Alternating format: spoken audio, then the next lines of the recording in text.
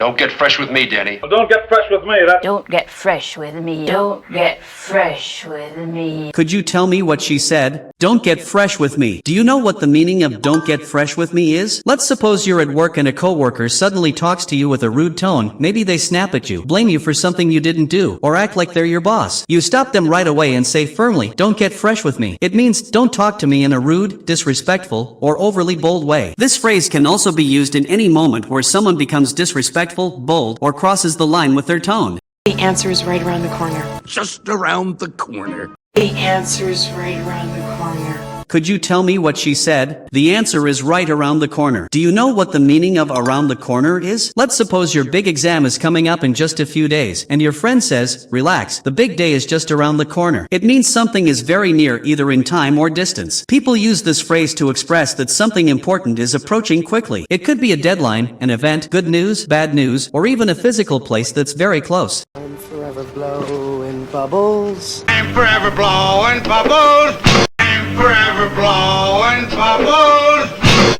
Could you tell me what he said? I am forever blowing bubbles. Do you know what the meaning of blowing bubbles is? Let's suppose you're in a serious group meeting and one coworker is laughing, joking, and scrolling on his phone instead of paying attention. Someone might say, stop blowing bubbles and focus. It means you are wasting time, fooling around, or not focusing on what actually matters. This phrase suggests that someone is acting childish, unserious, or careless when they should be concentrating. Come hell or high water. Come hell or high water, we're family.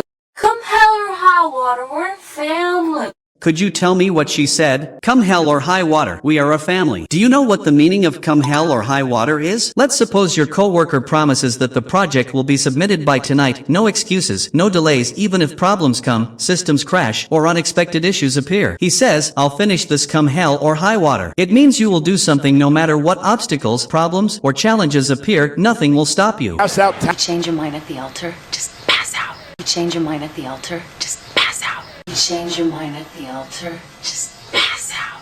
Could you tell me what she said? If you change your mind at the altar, just pass out. Do you know what the meaning of pass out is? Let's suppose you've been working in the heat for hours with no water, and suddenly you feel dizzy, your vision blurs, and you collapse. A coworker runs to help you and says, he just passed out. Figuratively, this phrase is used when someone suddenly becomes unconscious because of exhaustion, stress, shock, or heat. It means to suddenly become unconscious. The song was Every Rose Has Its Thorn. Like every night has its dawn, every rose has its thorn. Like every night has its dawn, every rose has its thorn. Could you tell me what he said? Like every night has its dawn, every rose has its thorn. Do you know what the meaning of every rose has its thorn is? Let's suppose your coworker finally gets the dream job he always wanted, great salary, beautiful office, but then realizes the workload is crushing and the stress is non-stop. Someone might tell him, well, every rose has its thorn. It means that nothing in life is perfect, every good thing has a difficult or painful side. He's a little rough around the edges. He's a little rough around the edges. So he's a little rough around the edges. So he's a little rough around the edges. Could you tell me what he said? He is a little rough around the edges. Do you know what the meaning of he is a little rough around the edges is? Let's suppose you have a new coworker who is extremely skilled but sometimes comes across as blunt or awkward when talking to clients. Someone might say he is a little rough around the edges, but he gets the job done. It means someone is not perfectly polished or socially smooth, but generally capable or good-hearted. It's a polite way to describe someone as unpolished but not bad. A stitch in time saves 9. A stitch in time saves 9. Say a stitch in time saves 9. A stitch in time saves 9. Could you tell me what he said? A stitch in time saves 9. Do you know what the meaning of a stitch in time saves 9 is? Let's suppose your coworker notices a small leak in the office ceiling. Instead of ignoring it, they fix it immediately. Someone might say, good job. A stitch in time saves 9. It means solving a problem early prevents bigger trouble later. Acting early on small problems avoids larger complications, whether at work, home, or life in general. Thanks, but no thanks. Thanks, but no thanks.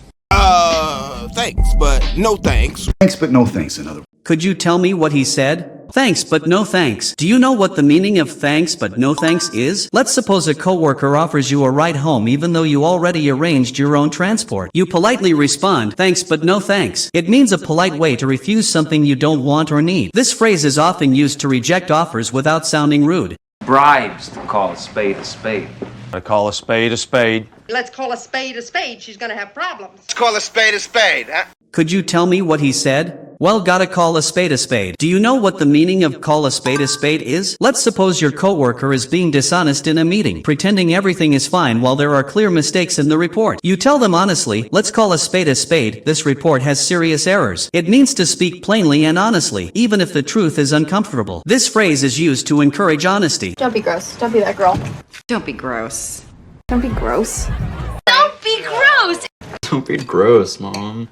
Could you tell me what he said? Don't be gross, don't be that girl. Do you know what the meaning of don't be gross is? Let's suppose your coworker is making unnecessary loud chewing noises or talking about something disgusting at lunch. You might say, don't be gross. It means to tell someone to stop behaving in a disgusting, inappropriate, or unpleasant way. This phrase is often used to call out actions or words that are unpleasant or make others uncomfortable. Don't throw your life away for him. Don't throw your life away.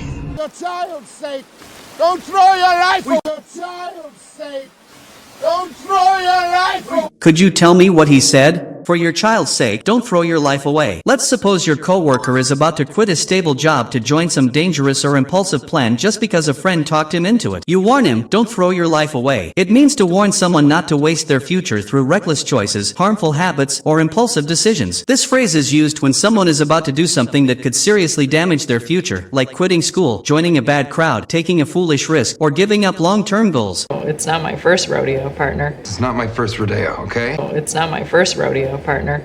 It's not my first rodeo, partner.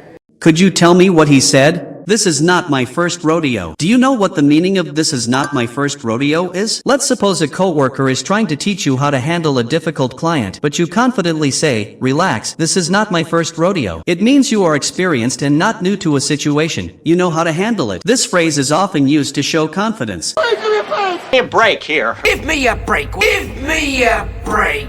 Could you tell me what he said? Give me a break. Let's suppose a coworker keeps piling unrealistic tasks on you, expecting you to finish them all in one day. You finally say, give me a break. It means to ask someone to stop being unfair, unreasonable, or annoying. This phrase is often used when someone feels overwhelmed, frustrated, or irritated by others' demands or comments. You are a doodle bug. You are a doodle.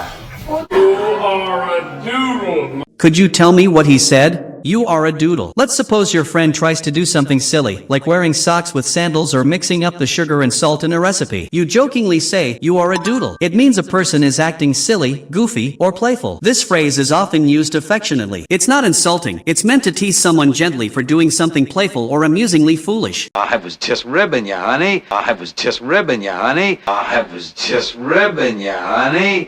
Could you tell me what he said? Well, I was just ribbing you, honey. Do you know what the meaning of well, I was just ribbing you, honey is? Let's suppose your friend teases you about spilling coffee on your shirt. You look annoyed and they quickly say, well, I was just ribbing you, honey. It means you were teasing or joking in a friendly way, not intending to upset anyone. This phrase is used to soften teasing or jokes. It communicates that the action or comment was playful, friendly, and not meant to hurt feelings. Stay put. Those boys just couldn't stay put. Those boys just couldn't stay put. Could you tell me what he said? Those boys just couldn't stay put. Let's suppose your friend is in a long, boring meeting and keeps fidgeting, walking around, or checking their phone. You say he couldn't stay put during the meeting. It means unable to remain in one place, restless or fidgety. This phrase is used to describe people who are restless or impatient. The world is my oyster. I feel like the world is my oyster. The world is my oyster. This is my oyster. Could you tell me what he said? I feel like the world is my oyster. Let's suppose your friend just graduated from college full of confidence and is planning to travel, start a career, or pursue any dream. You say she's feeling like the world is her oyster. It means having the feeling that everything is possible and that opportunities are unlimited. This phrase is used to describe someone who feels optimistic, confident, and free to explore opportunities. Through my stuff? You went through my stuff. Can't believe you went through my stuff. Can't believe you went through my stuff. Could you tell me what he said? I can't believe you went through my stuff. Let's suppose you come home and notice your roommate has been opening your drawers and reading your personal letters without permission. You say, why did you go through my stuff? It means to search or examine someone's personal belongings, usually without permission. This phrase is often used when someone is upset about their privacy being violated. You dense? Are you dense? What are you, dense? What are you dense? What are you dense?